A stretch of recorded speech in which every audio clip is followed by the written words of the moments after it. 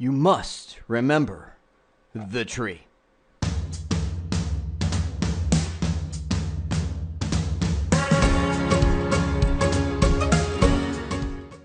By the time we're done here, we will unlock the good, the bad, and the ugly of spanning tree protocol.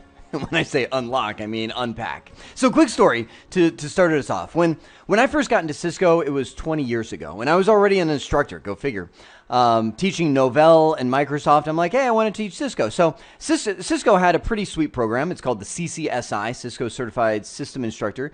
You fly up to the closest Cisco place, which is San Jose, California for me, and you do a train the trainer. So you get in there with a bunch of other people trying to be CCSIs, and you essentially teach pieces of the CCNA in front of a proctor. And the way they work it, and I don't know if they still do it the same way today, but they have you teach 30 minutes on something that you pick, and then 30 minutes on something that they pick. So I picked the OSI model, and I'm like, da-da-da-da-da-da-da. And they're like, oh, yeah, great job, great. And so as I sat down, I'm like, okay, I'm good as long as they don't pick spanning tree. And sure enough, they're like, Jeremy, you've got spanning tree. And I'm like, no. And so they give you 10 minutes to prepare, right? And I got up there and I'm like, and there's trees and they fall. And it was the worst lecture on spanning tree. But I'm here to tell the tale. I passed. That's where I'm very thankful that the proctors were subjective in that. So 20 years later, I can tell you, I figured out spanning tree. Don't worry. I know what I'm talking about now. I've been teaching it correctly for quite some time. So spanning tree is all about redundancy. And actually, let me back up.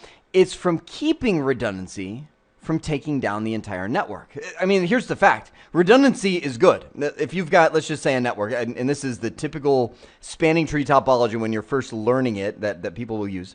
So you've got 3 switches, right? What if one of those links goes down? Well, I mean, then you pretty much lose a chunk of the network. So wouldn't it be good to take your network connect? I mean, it's just a switch, so you just take a copper or fiber cable and go click and do that. And now you've got redundancy. Now at this point, if this goes down, you're good because things can go the other way and get there. But the challenge in that is you just took down the entire network.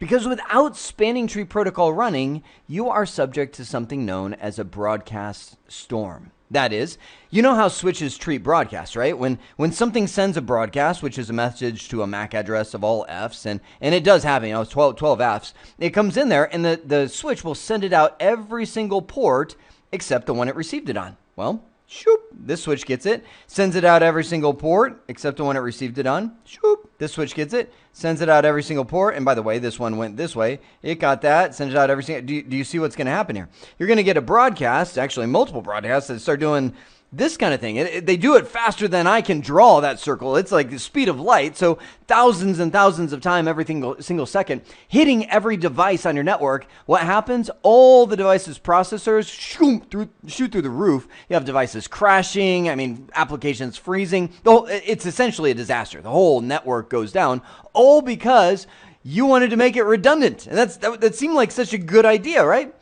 Well, the fact is, it is a good idea. What spanning tree does is watch the network for that redundancy.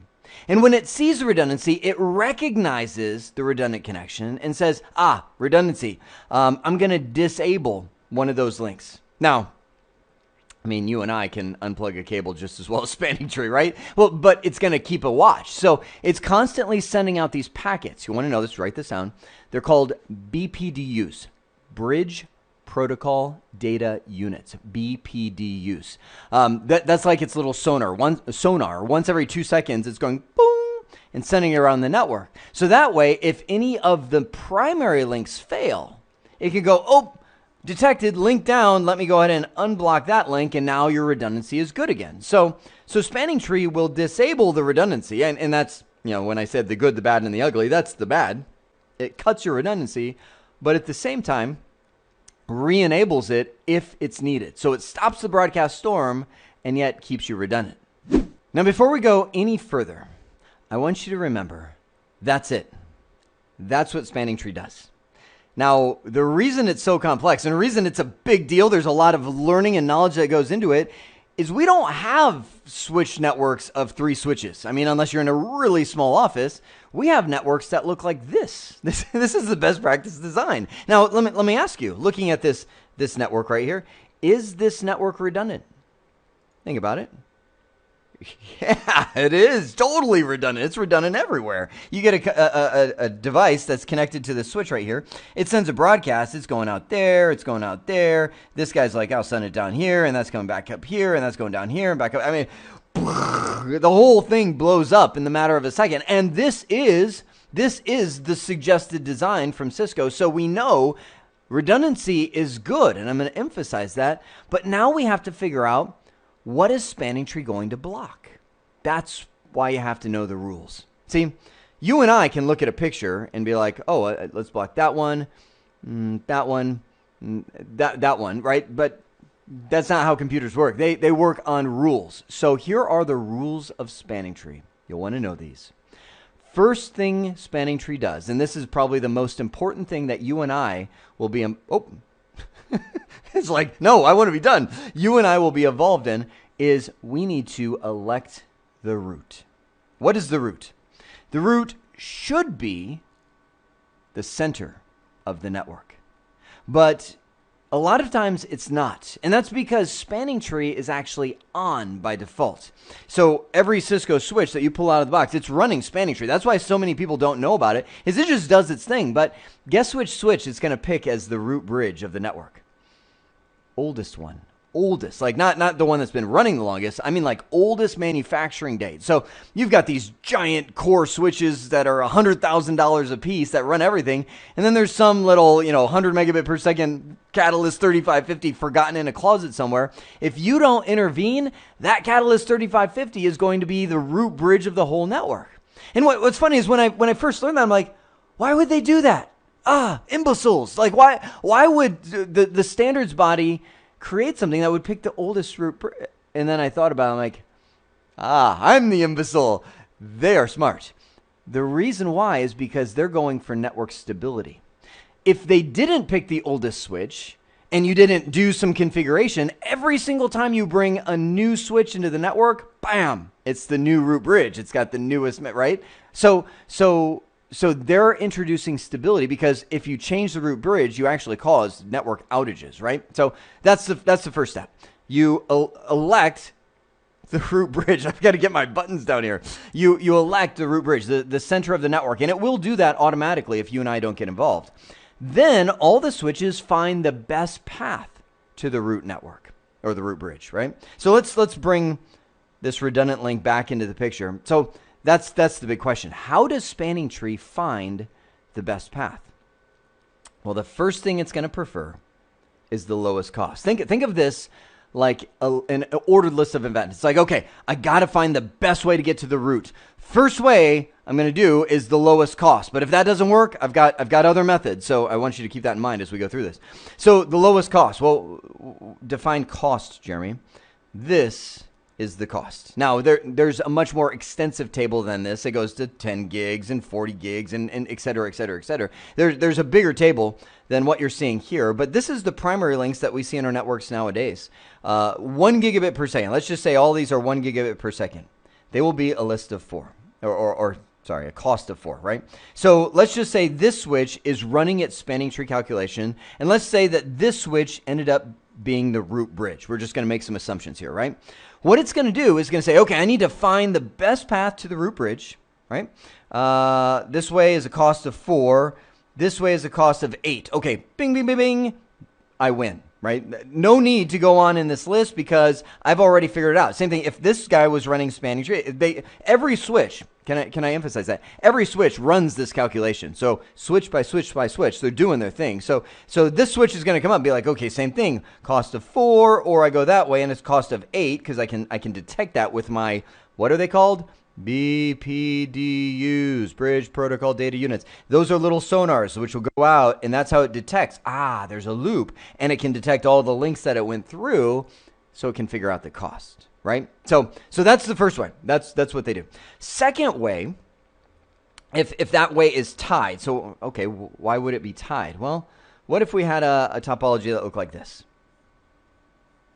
right? And there's our switch 4 down there. A little computer attached just for grins. Okay, he needs to figure out the best way to get to that root bridge. And you've got gigabit per second links going all over the place here. Okay, so which path is he going to take? Well, this way cost of 8, this way cost of 8. We've got a tie. Burnt. That didn't work. So now I'm going to pick the method that has the lowest bridge ID. And when I say method, I say path. I'm going to pick the path that has the lowest bridge ID. So what's the bridge ID? Well, we'll cover that actually in an upcoming video, but think of it like the name of the switch for spanning tree. It's the combination of something known as the bridge priority plus the switch's MAC address. Again, more on that later. Let's just say this guy's got a bridge ID, and they'll all have different, because they all have different MAC addresses. They'll all have different bridge IDs. So let's just say this guy has a bridge ID of 111. This guy has a bridge ID of 222. Just simple values for now. It's going to be like, okay, lowest. Always remember, lowest is better. This is the way I'm going to choose. Shoop, shoop. I'm going to use that to reach the root bridge, right? But what if that's tied? Okay, Jeremy, how could that be tied? Well, what if you had a topology that looked like this? Got the switch, funk, funk. Root bridge right there. Now what? Well, lowest cost, they're both gig, sorry, tied. Lowest bridge ID, we're both going the same place, tied. It's just going to end up saying, okay, lower port number. Let's just say this is fast Ethernet. Actually, it'd be gigabit Ethernet, G1 and G2, right? This is going to be the preferred one. So then what happens to G2? Well, now we're into rule 3. Block whatever's left over. Well, G2, sorry, you've been identified as a redundant link. You are blocked. That's how simple. Like, if we could just kind of stay here and camp for a little bit, like roast some marshmallows, that's how simple spanning tree is. The complexity comes in because, again, we don't have networks with 3 switches in a triangle. We have those big old networks, and Cisco is going to want you to know, and honestly, in the real world, you're going to want to know what paths are going to be active and what's going to be valid, and it's a real deal. It's not like we're just making this stuff up. I mean, I've got connections here, right? I've got 2 core switches that have fiber optic links between them. Those are fast, way faster than the copper connections.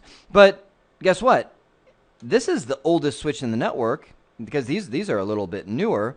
So chances are pretty good these guys wouldn't even be used because they're going to think that's the center. So they're going to activate all the links that way, and those might end up getting blocked. So it's a big deal to figure out which one's going to be which. And that's where the complexity comes in. So I want you to just run through this again. Watch maybe the last 5 minutes where I go through how it figures out the best path. Because from here, we're going to just get more and more and more complex. We're going to add layers on top of this. And by the end, you're going to be like me at that exam. Be like, there's a tree, right? Right? You don't want to be that. You want to figure this out. So keep it that simple. Keep it this simple right here. Screen cap that. Write it down. That's the process. Now we're going to just add more links to the picture. For now, we have seen the good, the bad, and the ugly of Spanning Tree Protocol. More to come. I hope this has been informative for you, and I'd like to thank you for viewing.